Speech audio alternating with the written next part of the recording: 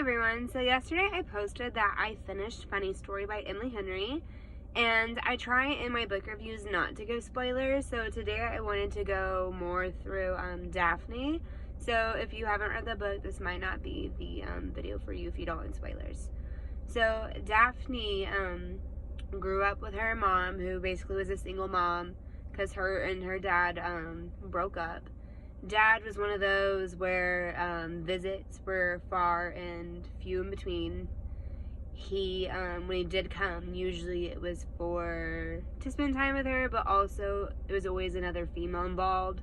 Like, she loved when her dad would take her to the library, but Dad had a girlfriend that worked at the library or someone he was trying to get with, and so for him, it was, spending time with his daughter, but also trying to get with this girl. But she loved it because she could get all the books and get wrapped up in the book. She loves books. But Daphne and her mom have moved from place to place because Daphne's mom works at a bank, I believe, and she was being moved. So Daphne hasn't had a lot of stability other than her mom. So whenever she meets Peter, I think that's his name. I'm like kind of drawing a blank. I think it's Peter. But so when she meets Peter, he becomes that stability and a constant, someone that she knows that she can rely on because she has daddy issues. Peter moves her to a different state, and he's with his family, his friends, and she's kind of adapted to his world. His friends are now her friends, and his parents are like her parents. But on his bachelor party night, he comes home and says she has a week to get out of her house because he is in love with his childhood best friend. And she's like, oh, really? The childhood best friend that you told me is completely platonic, even though she's gorgeous, and I've asked you about her multiple times. He's like, I swear, it was nothing. We just both realized it now at the chance of losing each other. And she's like, bet. And so she ends up moving in with Miles, who is Peter's childhood best friend's now ex-boyfriend.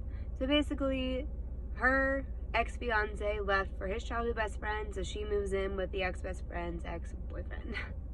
Kind of confusing, but they had to make do with what they had because she needed a place to go, and he now had extra room. One thing that I really love about Daphne and her development is that she does a lot of self-reflecting and is looking at her life and how she's like, man, I really messed up by moving out here all for a man, by making sure that my existence wasn't like by myself outside of him. She realized she messed up in that, and I really appreciate how she's learning how to be by herself. She's very much one of those people who is worrying about the future.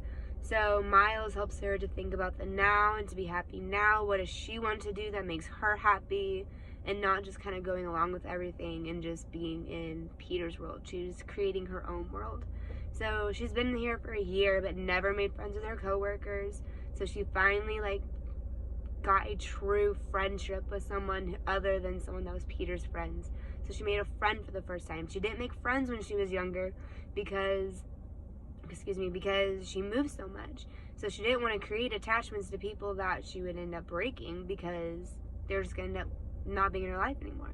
So she finally learned how to make a best friend. She finally learned how to have coworkers that care about her and love her. She finally learned how to have all these different things that could make her happy other than being with a man. And I love that so much for her, and I'm so glad that she decided to stay in a town, not because of Miles and because they fell in love, but because of that's what she wanted to do, and I really love that. Also with Miles, he has a lot of childhood trauma too, where his mom always made him feel like everything was his fault. If she did something wrong, she would find a way to blame it on her kids.